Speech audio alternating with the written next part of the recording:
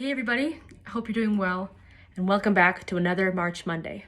This week's march is very exciting, something I've never played before. Here is from Ukraine, the Zaporiz'kyj March. Also going by the name of the Ukrainian Cossack March. The name of this comes from a southeastern city in the Ukraine called Zaporiz'kyj. Apparently the main theme of this march actually plays whenever a train departs the station at various train stations across the country. So it just goes to show how marches can be a subtle yet very important part of our everyday lives. Seeing how it's a very well-known march in the Ukraine, I'm sure there's lots of different versions out there, different arrangements and adaptations. And the one I'm going to play today is arranged by an A.M. Zaporiz'kyj and adapted and edited by Roman Yazinski, who supplied me with the score. So thank you very much. Little shout out to the Yazinski family. Now, the opening of this march is my favorite because it is a solo trumpet call with woodblock. You hear in marches all the time, a whole trumpet section starting off a fanfare to sort of kick the march off.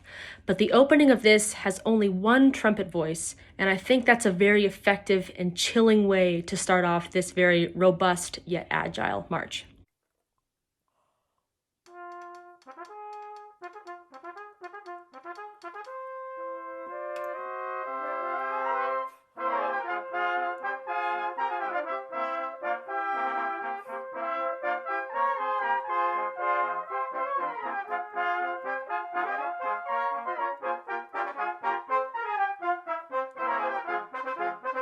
So the second section is brought back to a major key.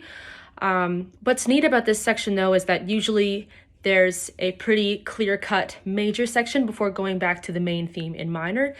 This one, the end of this section in major ends off in minor. So it's sort of a cool way to blend the first theme into the second before going back to that main theme in minor.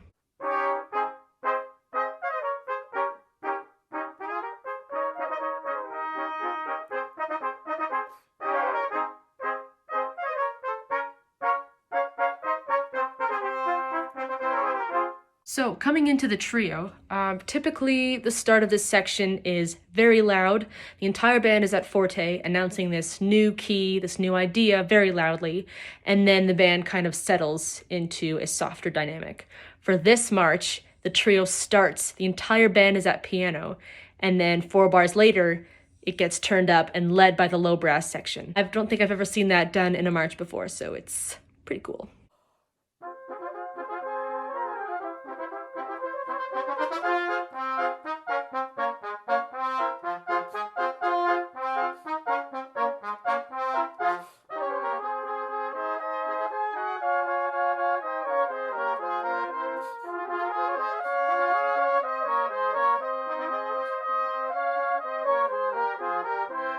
And finally, we have the return to the main theme at the last section of this march, except full tilt. The entire band is at fortissimo at this point, except for the last 6 measures. That same solo trumpet call at the beginning of the march with the woodblock comes back here, tapering off the entire march to a piano, and just bookends this whole march perfectly. I think it's one thing to end a march on like a big bang, having the whole band play a shot note at the end, but I think it's a totally different thing to have a march end with one voice kind of fading out at the end. It's super unexpected and it's awesome.